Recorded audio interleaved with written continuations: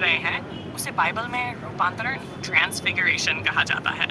यह घटना मत्ती रचित सुसमाचार अध्याय 7 में विस्तार से मिली है। आइए इसे आसान और गहराई से स्टेप बाय स्टेप पूरी कहानी के रूप में समझते हैं।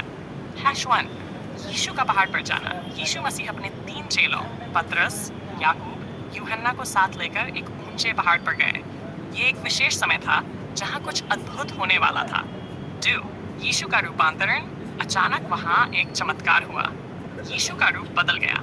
उनका चेहरा सूर्य की तरह चमकने लगा। उनके वस्त्र बिल्कुल उजले और चमकीले हो गए।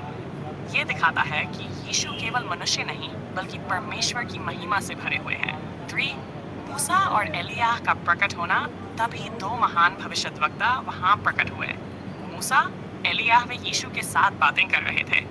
ये दिखाता है कि व्यवस्था मूसा और भविष्यद्वक्ता एलियाह दोनों यीशु में पूरी होती हैं। 4, पतरस का प्रस्ताव। ये देखकर पतरस बहुत उत्साहित हो गया और बोला, हे प्रभु, यहाँ रहना अच्छा है।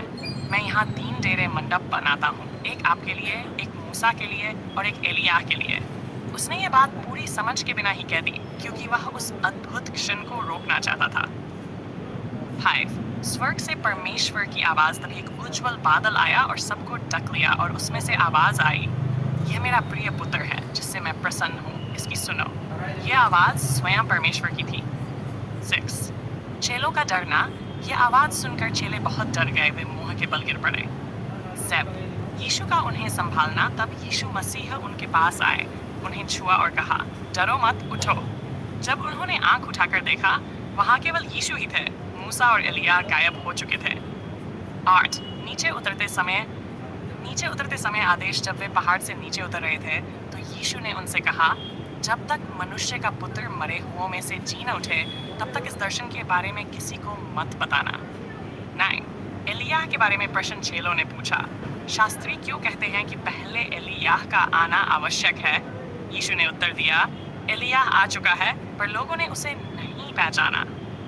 यह बात वास्तव में यूहन्ना बपतिस्मा देने वाला के बारे में थी।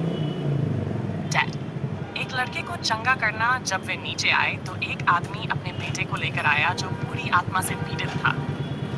चेले उसे ठीक नहीं कर पाए थे। यीशु ने उसे तुरंत चंगा कर दिया। इससे पता चलता है कि विश्वास की कमी के कारण चेले असफल हुए थे। आमीन। राई के दाने जितना विश्वास। यीशु ने कहा, यदि तुम्हारा विश्वास राई के दाने जितना भी हो तो तुम पहाड़ से कहोगे, यहाँ से हट जा, और वह हट जाएगा। 12, फिर से अपने मृत्यु और पुनरुत्थान की भविष्यवाणी यीशु ने फिर बताया। मनुष्य का पुत्र लोगों के हाथों में पकड़वाया जाएगा, वे उसे मार डालेंगे और तीसरे दिन वह जी उठेगा। ये सुनकर चेले बहुत दुखी हुए। मंदिर का कर्ज और चमत्कार। जब वे कफरनहूम पहुंचे तो मंदिर कर मांगा गया। पतरस से यीशु ने कहा, समुद्र में जाकर कांटा डाल, जो पहली मछली पकड़े उसके मुंह में सिक्का मिलेगा। और सच में ऐसा ही हुआ। उस सिक्के से यीशु और पतरस का कर भर दिया गया। पूरी कहानी का संदेश सीख। यीशु परमेश्वर के पुत्र हैं, उनकी महिमा दिव्य है। हमें केवल यीशु की सुननी चाहिए। सच्चा विश्वास असंभव को संभव बना सकता है। यीशु हमारे जीवन की हर समस्या का समाधान है।